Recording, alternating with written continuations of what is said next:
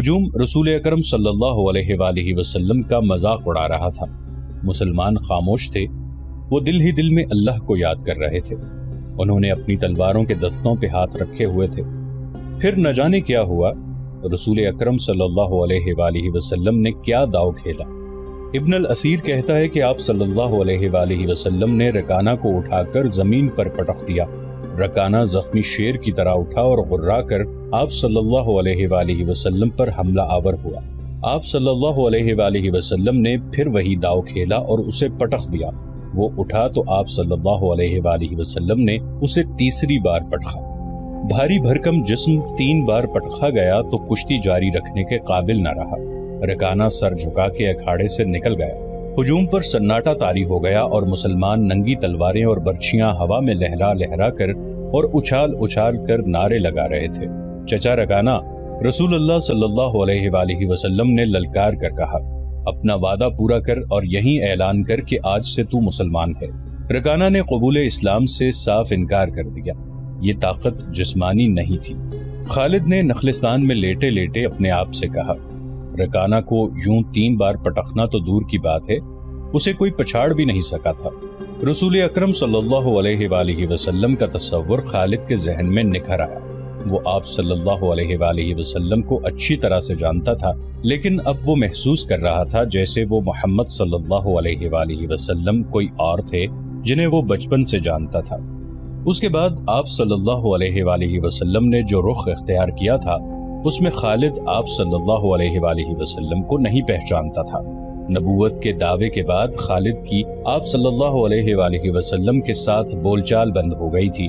وہ آپ صلی اللہ علیہ وآلہ وسلم کے ساتھ 2 ہاتھ کرنا چاہتا تھا، لیکن وہ رکانہ کی طرح پہلوان نہیں تھا۔ وہ میدان جنگ میں لڑنے والا اور لڑنے والوں کی قیادت کرنے والا جنگجو تھا، لیکن اس وقت مسلمان فوج کی صورت میں لڑنے کے قابل نہیں تھے۔ جب مسلمان فوج کی صورت میں لڑنے کے قابل ہوئے اور قریش کے ساتھ ان کا پہلا مارکا ہوا، اس وقت خالد کے لیے ایسے حالات پیدا ہو گئے تھے کہ وہ اس مارکے میں شامل نہیں ہو سکا تھا۔ اس کا انہیں بہت افسوس تھا۔ یہ مارکہ بدر کا تھا جس میں 313 مجاہدین اسلام نے 1000 قریش کو شکست دی تھی۔ خالد دانت پیستا رہ گیا تھا، لیکن اس روز جب وہ اس نخلستان میں لیٹا ہوا تھا، اسے خیال آیا کہ 313 نے 1000 کو کس طرح سے شکست دے دی تھی۔ اس نے شکست کھا کے آنے والوں سے پوچھا تھا کہ مسلمانوں میں وہ کون سی خوبی تھی جس نے انہیں فتح یاب کیا تھا۔ خالد اٹھ بیٹھا اور انگلی سے ریت پر بدر کے میدان کے خد و خال بنا کر قریش اور مسلمانوں کی پوزیشنیں اور مارکے کے دوران دونوں کی چالوں کی لکیریں بنانے لگا۔ باپ نے اسے فن حرب و ضرب کا ماہر بنا دیا تھا۔ بچپن میں اسے گھڑ سواری سکھائی، لڑکپن میں اسے اکھڑ اور منہ زور گھوڑوں کو قابو میں لانے کے قابل بنایا۔ نوجوانی میں وہ شہ سوار بن چکا تھا، شتر سواری میں بھی وہ ماہر تھا۔ اس کا باپ ہی اس کا استاد تھا۔ اس نے خالد کو نہ صرف سپاہی بلکہ سالار بنایا تھا۔ خالد کو جنگ و جدل اتنی اچھی لگی کہ وہ لڑنے اور لڑانے کے طریقوں پر غور کرنے لگا اور جوانی میں فوج کی قیادت کے قابل ہو گیا تھا۔ اسے بدر کی لڑائی میں شامل نہ ہو سکنے کا افسوس تھا اور وہ انتقام کے طریقے سوچتا رہتا تھا، لیکن اب اس کی سوچوں کا دھارا اور طرف چل پڑا تھا۔ مکہ سے روانگی سے کچھ عرصہ پہلے سے وہ اس سوچ میں کھو گیا تھا کہ رسول اکرم صلی اللہ علیہ وآلہ وسلم نے رکانہ پہلوان کو 3 بار پٹخا تھا۔ بدر میں آپ صلی اللہ علیہ وآلہ وسلم نے محض 313 مجاہدین سے 1000 کو شکست دی۔ یہ کوئی اور ہی قوت تھی، لیکن بدر کے مارکے کے بعد اس کے دل میں مسلمانوں کے خلاف انتقام کی آگ سلگ رہی تھی۔ مسلمان مارکہ بدر میں قریش کے بہت سے آدمیوں کو قیدی بنا کر لے گئے تھے۔ قریش کے سرداروں کے لیے تو یہ صدمہ تھا ہی، اس کا بہت برا اثر خالد نے قبول کیا تھا۔ اسے یاد تھا کہ جب بدر کا مارکہ لڑا جا رہا تھا اور مکہ میں کوئی خبر نہیں پہنچ رہی تھی کہ مارکے کا انجام کیا ہوا، مکہ کے لوگ بدر کی سمت دیکھتے رہے تھے کہ ادھر سے کوئی سوار دوڑا آئے گا اور فتح کی خبر سنائے گا۔ آخر ایک روز ایک شتر سوار آتا نظر آیا۔ لوگ اس کی طرف دوڑ پڑے۔ سوار نے عرب کے رواج کے مطابق اپنا کرتا پھاڑ دیا تھا اور وہ روتا آ رہا تھا۔ بری خبر لانے والے قاصد ایسا ہی کیا کرتے تھے۔ وہ جب لوگوں کے درمیان پہنچا تو اس نے روتے ہوئے بتایا کہ اہل قریش کو بہت بری شکست ہوئی ہے۔ جس کے عزیز رشتہ دار لڑنے گئے تھے وہ ایک دوسرے سے آگے بڑھ بڑھ کر ان کے متعلق پوچھتے تھے کہ وہ زندہ ہیں، زخمی ہیں یا مارے گئے ہیں۔ شکست خوردہ قریش پیچھے آ رہے تھے۔ مارے جانے والوں میں 17 افراد خالد کے قبیلے بنو مخزوم کے تھے اور ان سب کے ساتھ خالد کا خون کا بڑا قریبی رشتہ تھا۔ ابو جہل بھی مارا گیا تھا۔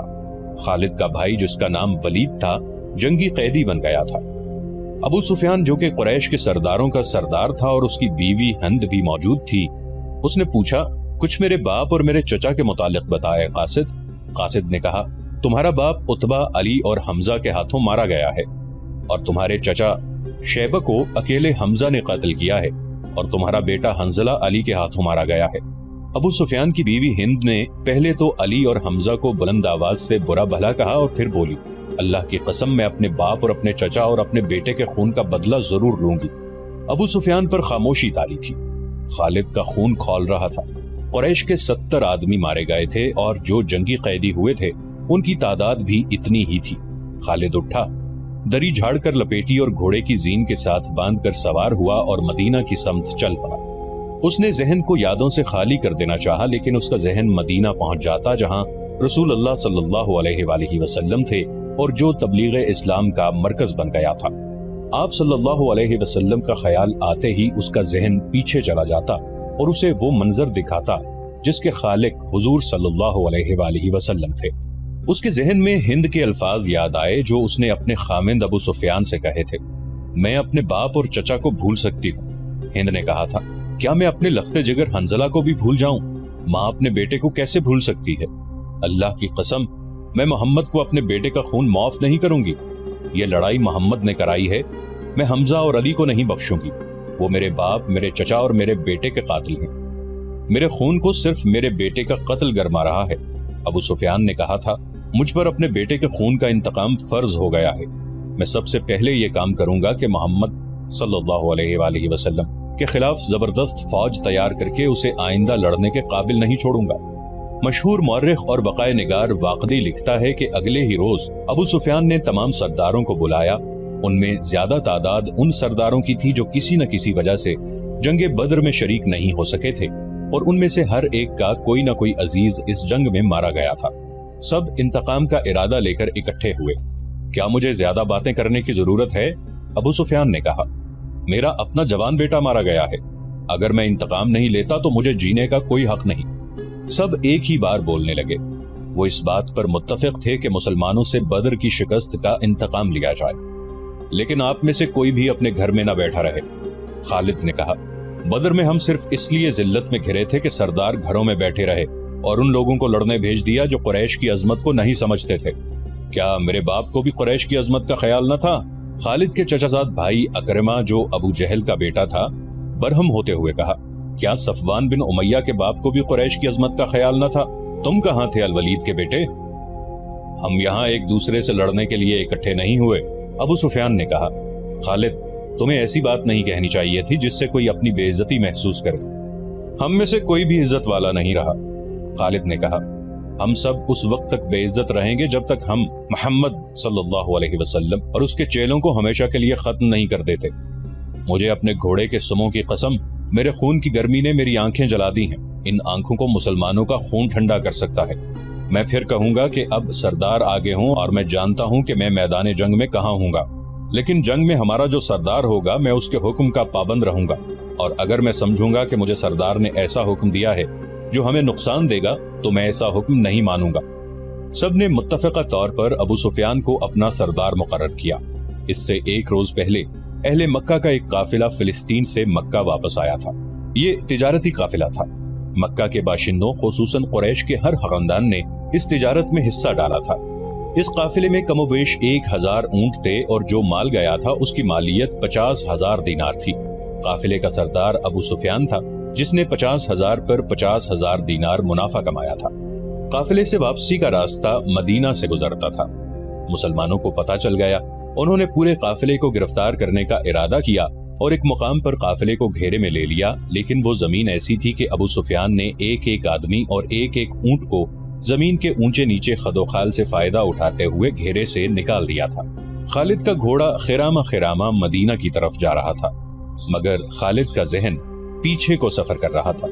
اسے اس وقت کا جب قریش انتقام کی سکیم بنانے کے لیے اکٹھے ہوئے تھے ایک ایک لفظ جو کسی نے کہا تھا سنائی دے رہا تھا۔ اگر تم نے مجھے اپنی سرداری دی ہے تو میرے ہر فیصلے کی پابندی تم پر لازم ہے، ابو سفیان نے کہا۔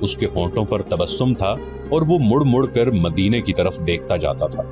مدینہ سے کچھ دور ذوالحلیفہ نام کی ایک جگہ ہوا کرتی تھی۔ تینوں بھائی وہاں پہنچے تو رات گہری ہو چکی تھی۔ رات گزارنے کے لیے وہ وہیں رہ گئے۔ صبح آنکھ کھلی تو ولید غائب تھا، اس کا گھوڑا بھی وہاں نہیں تھا۔ خالد اور حشام سوچ سوچ کر اس نتیجے پر پہنچے کہ ولید واپس مدینہ چلا گیا ہے۔ انہوں نے دیکھا کہ اس پر کوئی اثر تھا، یہ اثر مسلمانوں کا ہی ہو سکتا تھا۔ دونوں بھائی مکہ آ گئے۔ چند دنوں بعد انہیں مکہ میں ولید کا زبانی پیغام ملا کہ اس نے محمد صلی اللہ علیہ وآلہ وسلم کو خدا کا سچا رسول تسلیم کر لیا ہے، اور وہ آپ صلی اللہ علیہ وآلہ وسلم کی شخصیت اور باتوں سے اتنا متاثر ہوا ہے کہ اس نے اسلام قبول کر لیا ہے۔ مورخین لکھتے ہیں کہ ولید بن الولید رسول اکرم صلی اللہ علیہ وآلہ وسلم کے منظور نظر رہے، اور انہوں نے مذہب میں بھی اور کفار کے ساتھ معرکہ آرائی میں بھی نام پیدا کیا۔ خالد کو اس وقت بہت غصہ آیا تھا۔ ایک تو اس کا بھائی گیا، دوسرے 4000 درہم گئے۔ چونکہ قریش اور مسلمانوں کے درمیان خونی دشمنی پیدا ہو چکی تھی، اس لیے مسلمانوں نے یہ رقم واپس نہ کی۔ رقم واپس نہ کرنے کی دوسری وجہ یہ تھی کہ ولید نے رسول کریم صلی اللہ علیہ وآلہ وسلم کو بتا دیا تھا کہ قریش مسلمانوں کے خلاف فیصلہ کن جنگ کی تیاری کر رہے ہیں، اور اس کے لیے بے انداز درہم و دینار اکٹھے کیے جا چکے ہیں۔ خالد مدینہ کی طرف چلا جا رہا تھا۔ اسے افق سے ایک کوہان سی ابھرتی ہوئی نظر آنے لگی۔ خالد جانتا تھا کہ یہ کیا ہے۔ یہ احد کی پہاڑی تھی جو مدینہ سے 4 میل شمال میں ہے۔ اس وقت خالد ریت کی بڑی لمبی اور کچھ اونچی ٹیکری پر چلا جا رہا تھا۔ احد، احد۔ خالد کے ہونٹوں سے سرگوشی نکلی اور اسے اپنی للکار سنائی دینے لگی، میں ابو سلیمان ہوں۔ اس کے ساتھ ہی اسے ایک خونریز جنگ کا شور و غل اور سینکڑوں گھوڑوں کے ٹاپ اور تلواریں ٹکرانے کی آوازیں سنائی دینے لگی۔ خالد یہ جنگ لڑنے کے لیے بےتاب تھا اور اس نے یہ جنگ لڑی۔ خالد کا ذہن پیچھے ہی ہٹتا چلا گیا۔ 4 ہی سال پہلے کا واقعہ تھا۔ مارچ 625 عیسوی شوال 3 ہجری کے مہینے میں قریش نے مدینہ پر حملہ کرنے کے لیے جو لشکر تیار کیا تھا وہ مکہ میں اکٹھا ہو چکا تھا۔ اس کی کل تعداد 3000 تھی۔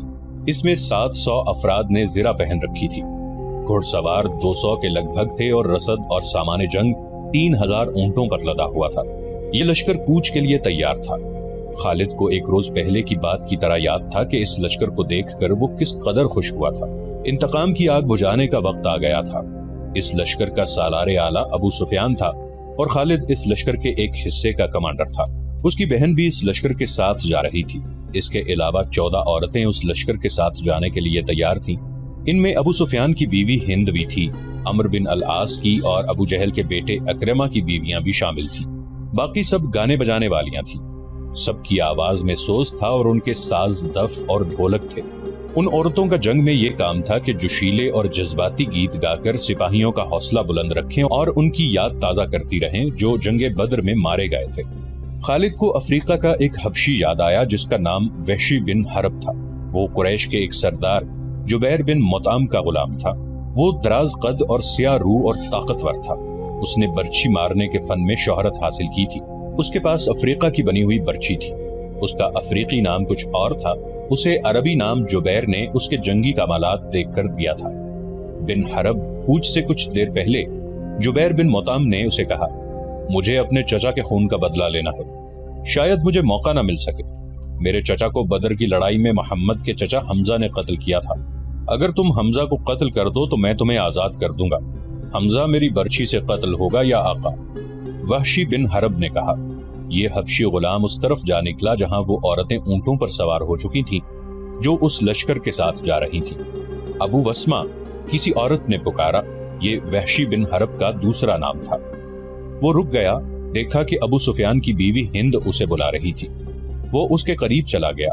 ابو وسمہ، ہند نے کہا، حیران نہ ہو، تجھے میں نے بلایا ہے۔ میرا سینہ انتقام کی آگ سے جل رہا ہے، میرا سینہ ٹھنڈا کر دے۔ حکم خاتون، غلام نے کہا۔ اپنے سالار کی زوجہ کے حکم پر اپنی جان بھی دے دوں گا۔ بدر میں میرے باپ کو حمزہ نے قتل کیا تھا۔ ہند نے کہا، تو حمزہ کو اچھی طرح پہچانتا ہے۔